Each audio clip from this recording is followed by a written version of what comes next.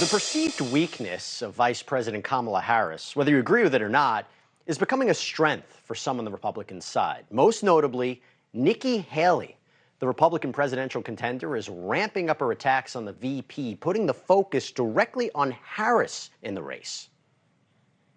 Everybody needs to know this is really me running against Kamala Harris for president. That's who we're looking at. There is no way that Joe Biden's going to finish his term. I think Kamala Harris is going to be the next president, and that should send a chill up every American spine. My concern is we cannot have Kamala Harris as president. We can't chance this. We have to make sure that we have a new generational leader.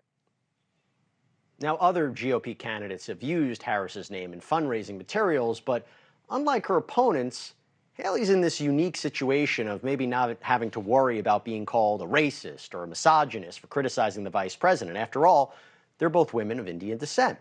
But daring to ask the question whether Democrats should consider picking another VP candidate for President Biden is not without merit. Biden's age and mental acuity are top concerns among voters. In a recent CNN poll, 49% of Democrat and Democrat-leaning independents saying he's too old and they need a younger candidate. Not to mention that Harris's polling numbers are dismal, to say the least. 55% of Americans have an unfavorable opinion of Harris, while just 37% are favorable. Another poll puts it at 53% to 39%. Now, those numbers have not seemed to get much better, despite the White House seemingly rolling out a full-court press to improve Harris's image, featuring her prominently in the campaign, putting her on more popular Democratic issues like infrastructure and abortion. Well, now, mainstream left-leaning news outlets seem to finally be asking the same question. And not surprisingly, even top establishment Democrats are ducking the answer. Vice President Kamala Harris the best running mate for this president? He thinks so, and that's what matters. He thinks so? It's not exactly a ringing endorsement, but look, it continued. But do you think she is the best running mate, though? She's the vice president of the United States. So when people say to me, well, why isn't she doing this or that? I said, because she's the vice president. That's the job description. You don't do that much.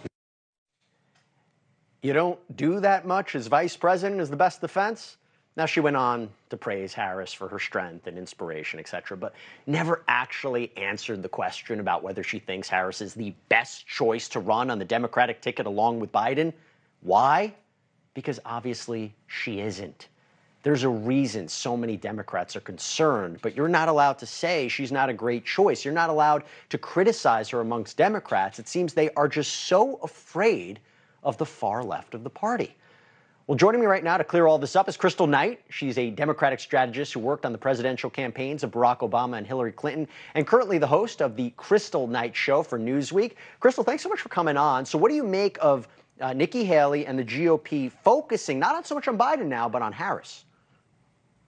Well, I think it's clear that Nikki Haley has been advised to attack Vice President Kamala Harris, particularly because she's a woman and they don't have another woman that's running on the GOP ticket right now. But it's interesting that she is characterizing this narrative around it's me versus her when she's making an assumption that she will absolutely be the GOP nominee. And as polling is showing right now, she absolutely will not. The polling is showing that Donald Trump, the former president, is still has high polling numbers, and he will actually be the nominee. And so to continue to hit her on, if a vote for Joe Biden is a vote for Kamala Harris, really the question is, why is Nikki Haley so against Kamala Harris? Well, she is the vice president, so she has gained all of this experience don't over you the think last it's a legitimate 2.5 question? As you're seeing more questions raised about whether or not she's a good candidate, it seems there is a hesitation to criticize Kamala Harris when her polls are not strong, and you have these people who can't even answer whether or not she's a good VP candidate. Well, listen, we're over a year out from the election. And so if we're looking at polling numbers right now, there are so many things that could change between now and November of 2024. So we have to keep that in mind. Thank you for watching. Go to newsnationnow.com to find NewsNation on your cable provider. And don't forget to click the red subscribe button below to get more of NewsNation's fact-driven, unbiased coverage.